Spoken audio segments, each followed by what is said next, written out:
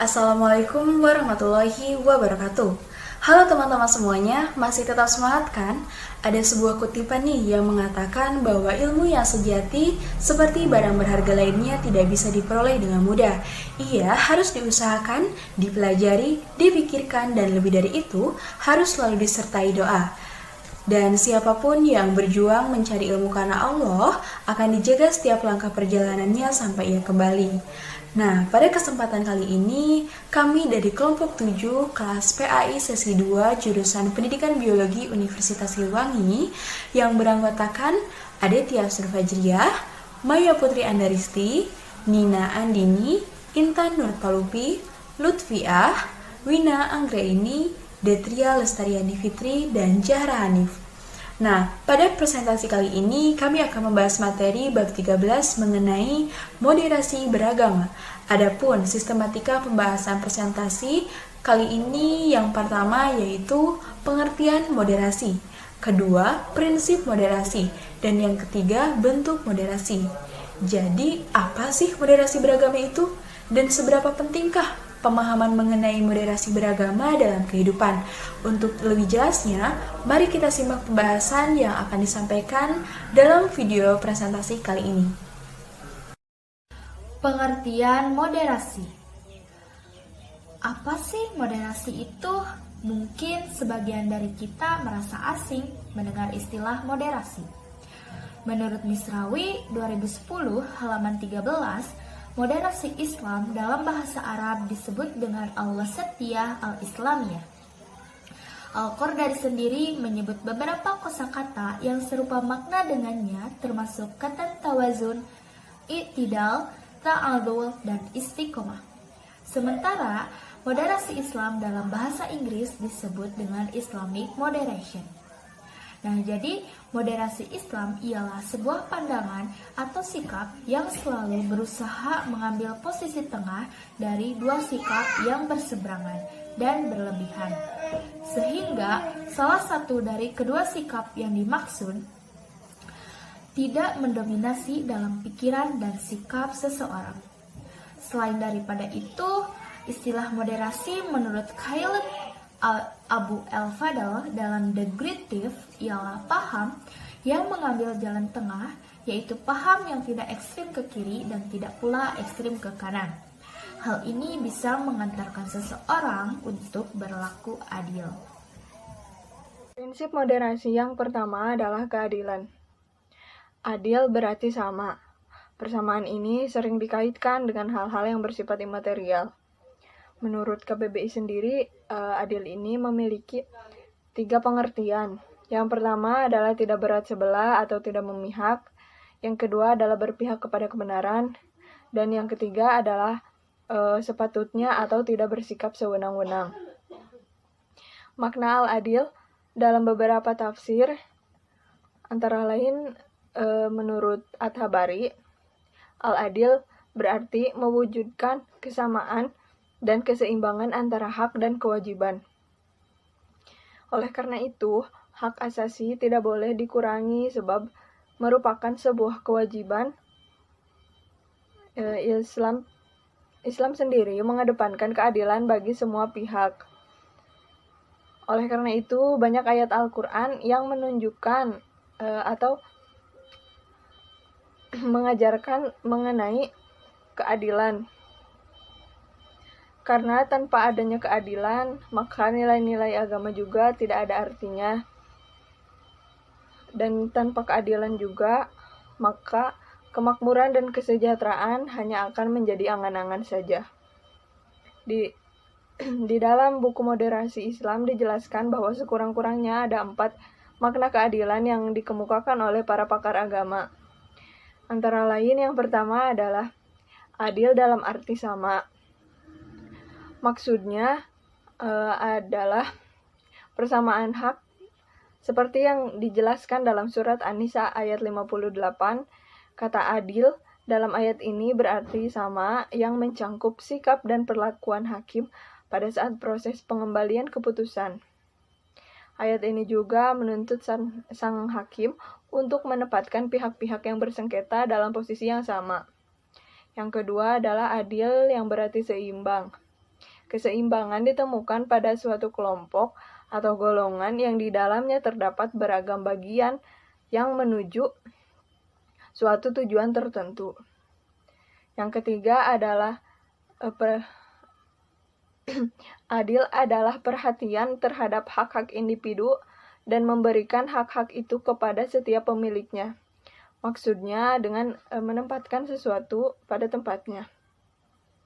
Lawannya adalah kezoliman dalam arti pelanggaran terhadap hak pihak-pihak lain.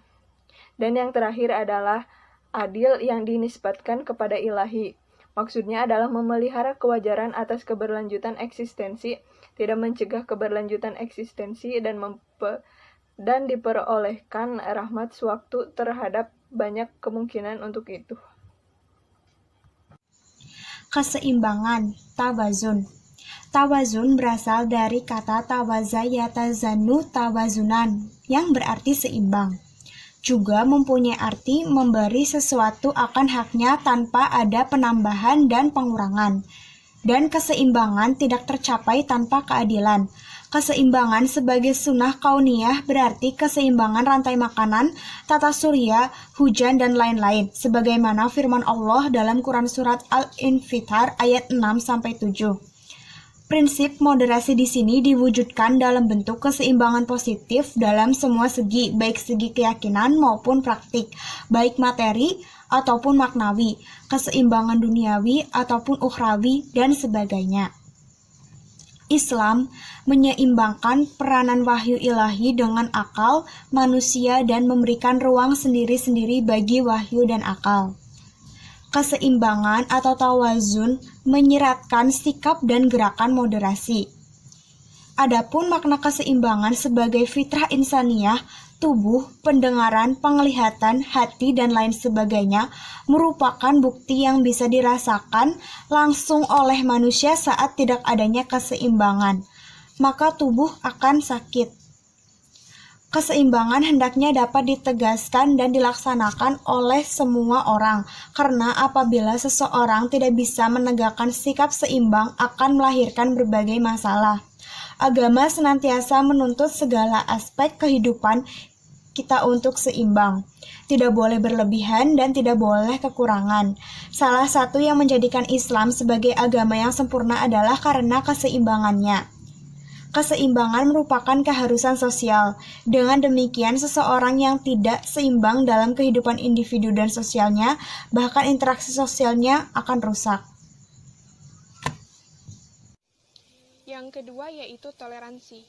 Toleransi dalam bahasa Arab dikenal dengan istilah tasamuh. Mu'jam Makais Al-Lugat menyebutkan bahwa secara harfiah kata tasamuh berasal dari kata samhan yang artinya kemudahan atau memudahkan.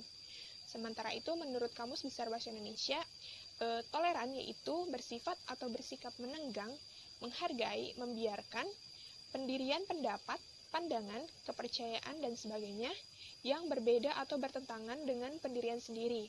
Toleransi secara bahasa adalah sikap menghargai pendirian orang lain. Menghargai di sini bukan berarti membenarkan apalagi mengikuti. Mudah di sini bukan berarti bebas, sebab kita sadar bahwa agama adalah sebuah aturan.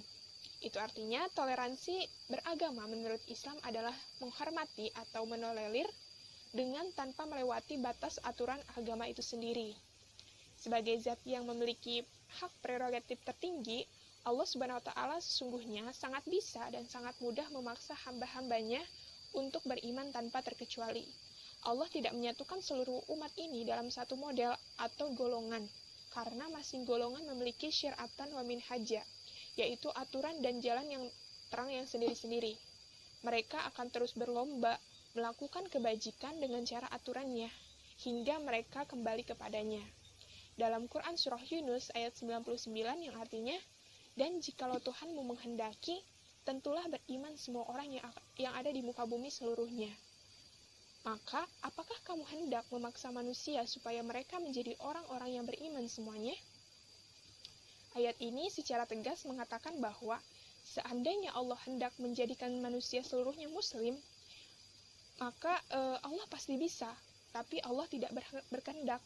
Sebab, kalaupun semua manusia seluruhnya muslim, mereka akan tetap berkelahi dan berbeda pendapat. Oleh karena itu, Allah menciptakan keberagaman untuk saling mengenal dan membangun kerjasama atas dasar kebaikan. Toleransi menjadi penghubung kepada kehidupan manusia yang harmonis di tengah segala macam perbedaan yang ada. Indonesia sebagai bangsa yang memiliki aneka ragam suku, bahasa, budaya, agama harus dijalin dengan toleransi yang tinggi agar tercipta kehidupan yang aman dan damai. Selanjutnya, bentuk moderasi. Paham Islam yang cenderung keras, kaku, dan inklusif sangat mudah menyebar di tengah masyarakat dengan adanya media sosial di internet. Begitu juga sebaliknya, pemahaman yang liberal dan bebas mudah diterima oleh umat Islam. Pemahaman ini memiliki dampak pada pola interaksi sosial di masyarakat. Jarak antara Islam, kanan atau pemahaman fundamentalis, dan kiri atau radikal begitu kental terlihat. Radikalisme ini bisa ditangani dengan sikap moderat atau moderasi dalam beragama. Dalam implementasinya, moderasi beragama terwujud dalam 3 aspek, yaitu aspek akidah, syariah, dan akhlak. Yang pertama, moderasi dalam bidang akidah. Akidah merupakan sistem keimanan hamba secara total terhadap wujud Sang Pencipta berikut perangkat ajaran yang diturunkannya. Akidah Islam memiliki ajaran-ajaran yang moderat.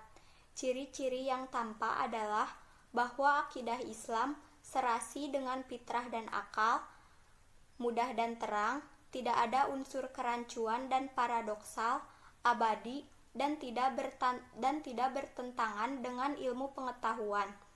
Moderasi ajaran-ajarannya terlihat dalam pemaparan tentang pokok-pokok keimanan seperti ketuhanan, kenabian, malaikat, dan kitab suci. Pemaparannya pun berada di tengah-tengah antara 2 kutub ekstrim, akidah Yahudi dan akidah Nasrani. Ini membuktikan dengan jelas bahwa akidah Islam adalah ajaran yang benar-benar bersumber dari Allah Subhanahu wa Ta'ala. Yang selanjutnya, bentuk moderasi yang kedua yaitu moderasi dalam syariah. Dalam hal syariah ini, moderasi Islam begitu dominan karena Islam merupakan sebuah ajaran yang sangat memperhatikan aspek keadilan, kemampuan, dan situasi kondisi di mana seorang muslim itu berada. Berbeda dengan ajaran agama yang sebelumnya seperti Yahudi, yang syariahnya lebih banyak berisi larangan daripada perintahnya, dan Nasrani lebih banyak perintah daripada larangannya. Namun, Islam berdiri di tengah-tengah keduanya, yaitu memiliki keseimbangan syariat antara perintah dan larangannya. Kemudian, sikap moderasi dalam syariah bisa tercermin dari ajarannya yang tidak memberatkan dan cenderung mudah dilakukan demi kebaikan manusia. Kalaupun ada hal yang memberatkan, Islam memiliki aturan yang bisa dijalankan tanpa melanggar aturan umum di dalamnya. Seperti perintah sholat, wajib bagi siapapun yang beriman kepada Allah. Kalau ketika orang tersebut tidak bisa berdiri, maka dilaksanakan dengan duduk. Apabila dengan duduk tidak bisa, maka sholat dilaksanakan dengan berbaring, dan jika masih belum bisa, maka boleh dengan isyarat. Yang selanjutnya, aspek sikap seorang muslim yang mencerminkan moderasi beragama dalam syariah, yaitu seorang muslim harus memberikan kesempatan dan menghormati pemeluk agama lain untuk menjalankan ajaran agamanya dan tidak mengganggunya. Bentuk moderasi yang ketiga yaitu moderasi dalam akhlak.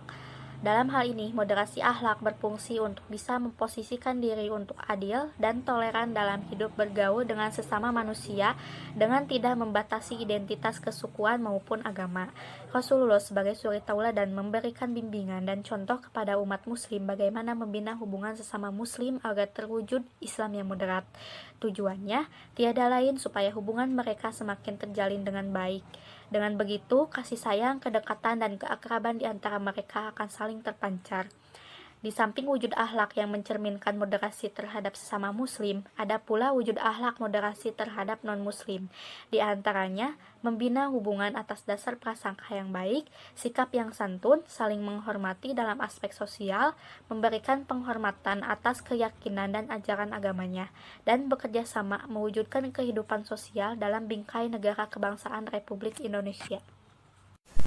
Nah, setelah teman-teman menyimak video presentasi kali ini, dapat kita simpulkan bahwa moderasi beragama merupakan awal mula terciptanya toleransi dan kerukunan antar sesama.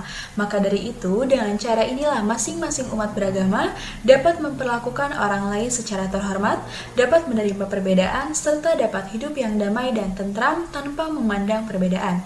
Generasi muda adalah calon pemimpin masa depan yang akan datang, maka perlu adanya pemahaman lebih jauh tentang pemahaman moderasi beragama.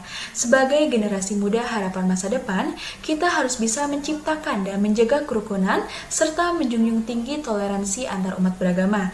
Jangan pernah takut untuk menolak dengan tegas sikap dan perilaku intoleransi dan segala bentuk kekerasan, sebab menolak keduanya adalah kunci utama untuk menjaga keseimbangan demi terpeliharanya peradaban dan terciptanya perdamaian, dengan cara saling menjaga dan memperkuat kerukunan dan keharmonisan antar umat beragama, karena sejatinya akan memperkuat jati diri dalam moderasi beragama.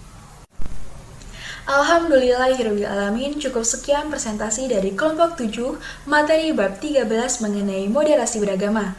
Untuk lebih jelasnya, teman-teman masih bisa mencari materi-materi mengenai moderasi beragama dari sumber-sumber yang terpercaya. Karena makin dalam iman dan ilmu yang kita miliki, maka kita akan merasakan kedamaiannya. Mohon maaf jika ada salah kata.